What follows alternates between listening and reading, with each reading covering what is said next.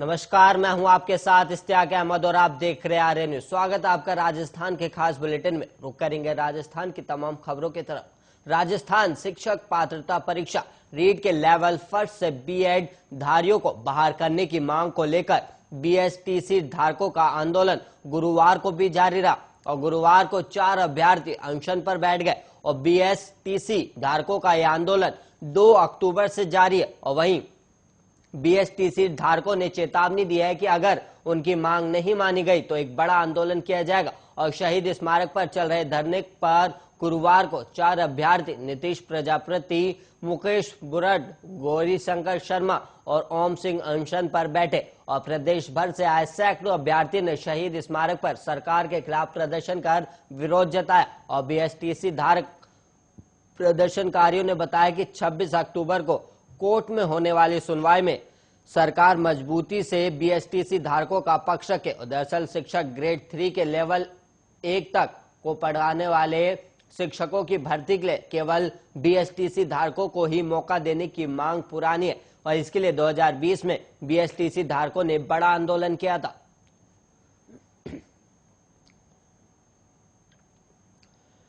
राजस्थान में ट्रांसजेंडर्स के कल्याण के लिए गहलोत सरकार ने अलग से योजना बनाई और ट्रांसजेंडर को पढ़ाई से लेकर खुद का कारोबार करने तक के लिए राज्य सरकार पैसा देगी और ट्रांसजेंडर बच्चों के लिए पूरी पढ़ाई सरकारी खर्च पर होगी और राज्य भर में ट्रांसजेंडर को आईडी कार्ड जारी किए जाएंगे। और गहलोत सरकार ने ट्रांसजेंडर उत्थान कोष के नाम से योजना के नियम जारी करे और इसे लागू कर दिया और सीएम ने इस साल के बजट में इस योजना की घोषणा की थी और सामाजिक न्याय और अधिकारिता विभाग को इसका नोडल विभाग बनाया गया और योजना को कई फेज में चलाया जा रहा है। पहला फेज ट्रांसजेंडर बच्चों के लिए और योजना का फायदा उन्हें ही मिलेगा जिनकी सालाना आय 8 लाख रुपए से कम है। ट्रांसजेंडर बच्चों को हर महीने प्री मैट्रिक स्कॉलरशिप में 225 रुपए और पोस्ट मैट्रिक स्कॉलरशिप के 1000 रुपए मिलेंगे और ट्रांसजेंडर बच्चों की हायर एजुकेशन का पूरा खर्च सरकार उठाएगी और तकनीकी और प्रोफेशनल कोर्सेज की पूरी फीस सरकार चुकाएगी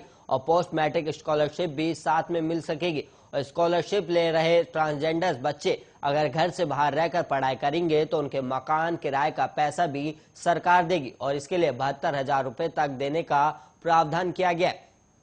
ट्रांसजेंडर को स्किल डेवलपमेंट की ट्रेनिंग मुफ्त में करवाई जाएगी और स्किल डेवलपमेंट की पूरी फीस का भुगतान सरकार करेगी और 2 तरह के स्किल डेवलपमेंट के कोर्स सरकारी खर्च पेपर किए जा सकेंगे और ट्रांसजेंडर को खुद का कारोबार करने के लिए सरकार उसकी लागत की 25% सब्सिडी देगी और सब्सिडी में 50,000 रुपए तक की कैपिंग रखी गई है और इसे बढ़ाया भी जा सकता है। राजस्थान के जयपुर में डेंगू और अन्य मौसमी बीमारियों के मामलों में लगातार बढ़ोतरी हो रही है। खासकर अस्पतालों में डेंगू के मरीज सबसे अधिक पहुंच रहे हैं जिसके बाद चिकित्सा विभाग की ओर से सभी जिलों में 24 घंटे संचालित एक कंट्रोल रूम की स्थापना और रैपिड रिस्पांस टीमों के गठन के निर्देश दिए गए। और मामले की लेकर चिकित्सा और स्वास्थ्य मंत्री डॉक्टर रघु शर्मा ने कहा है कि राज्य में मौसमी बीमारियों dengue, malaria, chikungunya, Zika virus के मामलों में बढ़ोतरी हुई है जिसके बाद सभी जिलों में एक कंट्रोल रूम स्थापित करने के निर्देश जारी किए गए। और वही मंत्री ने उच्च जोखिम वाले क्षेत्रों की पहचान कर वहां चिकित्सा व्यवस्था बढ़ाने के निर्देश दिए और इसके अलावा कोविड-19 के सर्वे के अनुसार दलों को भी मौसमी बीमारियों की रोकथाम में शामिल करने के निर्देश दिए गए। चिकित्सा संस्थानों पर आवश्यक दवाएं जिनमें पैरासीटामोल, क्लोरोक्विन, प्राइमेक्विन के उपलब्धता के निर्देश चिकित्सा विभाग की ओर से जारी किए गए। और शर्मा ने मच्छरों की रोकथाम के लिए एंटी लार्वल गतिविधियों पर अधिक ध्यान देने और मच्छरों के प्रजनन को रोकने के लिए पानी के ठहराव वाले स्थानों पर एमएलओ डलवाने के निर्देश दिए और उन्होंने पीने के पानी के टंकियों में टेमीफोर्स डलवाने की व्यवस्था जारी रखने के भी निर्देश दिए और उन्होंने मौसमी बीमारियों से बचाव और रोकथाम के लिए महिला और बाल विकास विभाग, शिक्षा, स्थानीय निकायों, जलदाय विभाग से समन्वय स्थापित करते हुए सक्रिय सहयोग की आवश्यकता पर बल दिया है।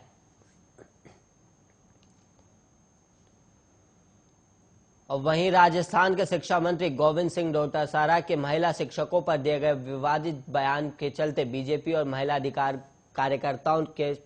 शिक्षा मंत्री के बयान पर नाराजगी जताते हुए इस्तीफे की मांग की है और वहीं आपको बता दें कि विपक्षी नेताओं के बाद अब आम लोगों ने भी शिक्षा मंत्री के बयान को लेकर और गलत बताते हुए माफी मांगने को कहा। शिक्षा मंत्री ने बालिका दिवस पर हुए कार्यक्रम में कहा था कि जिन स्कूलों में महिला शिक्षक और कर्मचारियों की संख्या ज्यादा होती है वहां झगड़े भी ज्यादा होते और महिलाओं के झगड़ों के कारण प्रिंसिपल को सिरदर्द की गोली तक खानी पड़ती है। शिक्षा मंत्री के इस बयान पर अब विवाद हो गया और शिक्षा मंत्री के बयान पर विवाद आगे और बढ़ने के आसार है। और वहीं बीजेपी नेता लगातार इसे मुद्दा बना रही है और 2 विधानसभा उपचुनावों में बीजेपी इसे महिला सम्मान से जोड़कर मुद्दा बनाने की तैयारी में और बीजेपी के नेता आगे इस मुद्दे को प्रमुखता से उठाने की तैयारी में और कई महिला संगठन भी अब सक्रिय होने लगे।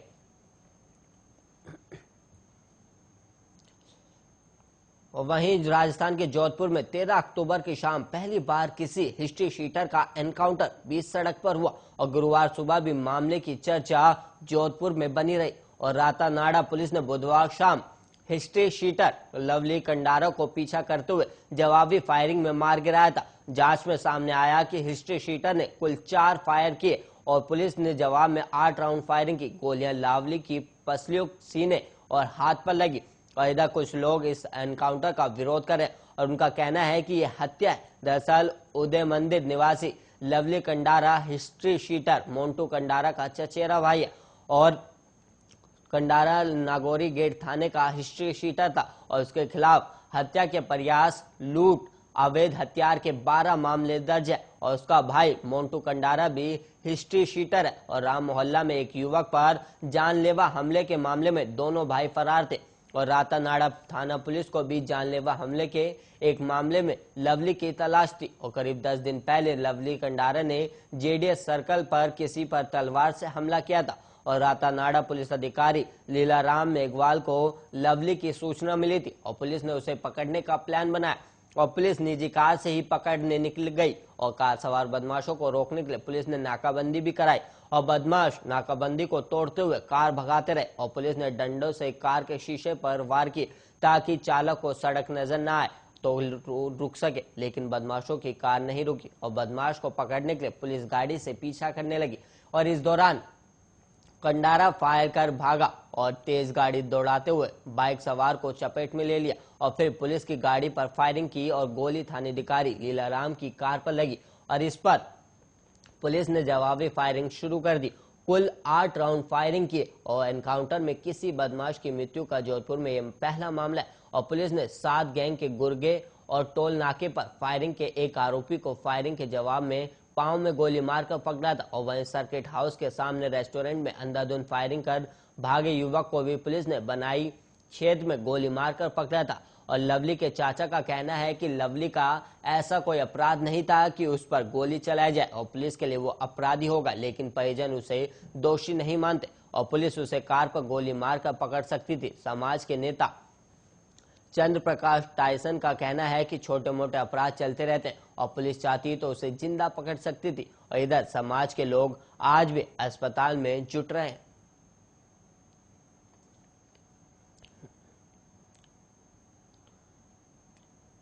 वहीं राजस्थान के जयपुर में एक युवक की शादी करवाने का झांसा देकर मोटी रकम हड़पने का मामला सामने आया, जिसमें दुल्हन सगाई के बाद ही घर से भाग गई और पीड़ित युवक से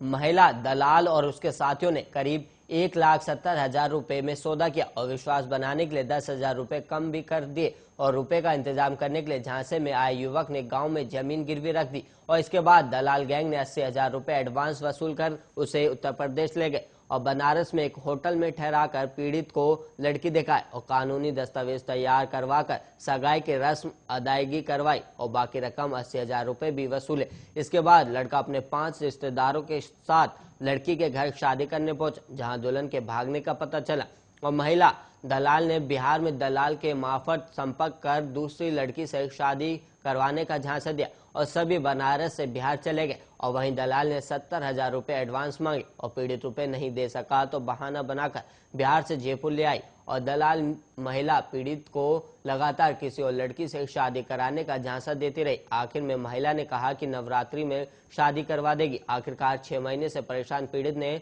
भट्टा बस्ती थाने में 13 अक्टूबर को केस दर्ज करवाया और ठगी की वारदात जयपुर में भट्टा बस्ती स्थित लंकापुरी में रहने वाले हरिराम के साथ हुई काम। इसी साल अप्रैल महीने में नरेना में रहने वाले उसके रिश्तेदार मुकेश कुमार के जरिए फुलेरा निवासी आरोपी दलाल सुशीला शर्मा से संपर्क हुआ। उसने यूपी में एक लड़की से शादी करवाने का आश्वासन दिया और 5,000 रुपए की फर्जी रसीद काट दी जो किसी संस्था के नाम से बनी थी। इसके बाद सुशीला ने हरिराम से शादी करवाने के लिए 1,70,000 रुपए की डिमांड की और शादी का खर्चा उसी को उठाने के लिए कहा। फिर बातचीत में 10,000 रुपए कम कर 1,60,000 रुपए देने की बात पक्की की।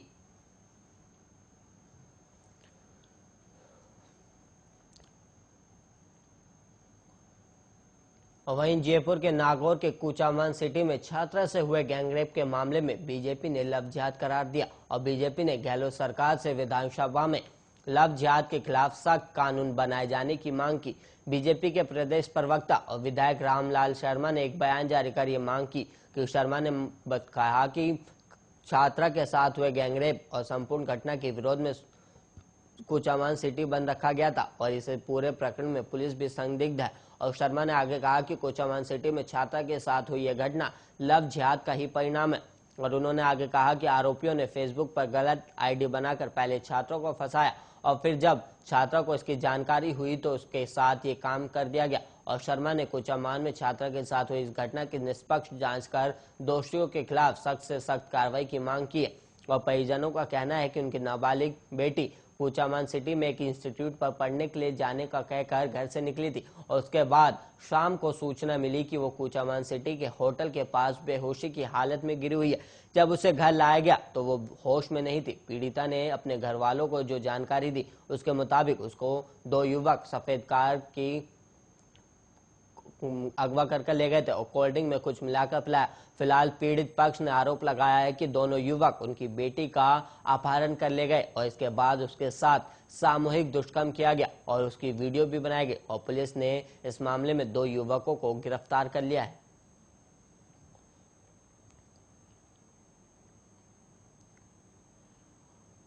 और वहीं जयपुर के कोटपुतली में मंगलवार देर रात एक शार्प शूटर ने खुद को गोली मारकर जान दे दी और शार्प शूटर रूपाचंद उर्फ सुक्खा गुजर शराब ठेकेदार की हत्या के मामले में फरार था। उसके साथ 2 अन्य बदमाश भी थे। दरअसल पुलिस सुक्खा शूटर को पकड़ने पहुंची थी और इस दौरान उसने फायरिंग शुरू कर दी और पुलिस ने घेर लिया तो पिस्टल से खुद के सिर में गोली मार ली और सुक्खा की मौके पर ही मौत हो गई। और शार्प शूटर ने सुक्खा खेतड़ी में शराब ठेकेदार की हत्या के मामले में 6 महीने से फरार चल रहा था और इस पर 5,000 रुपए का इनाम भी घोषित किया गया था। और सुक्खा के खिलाफ हत्या,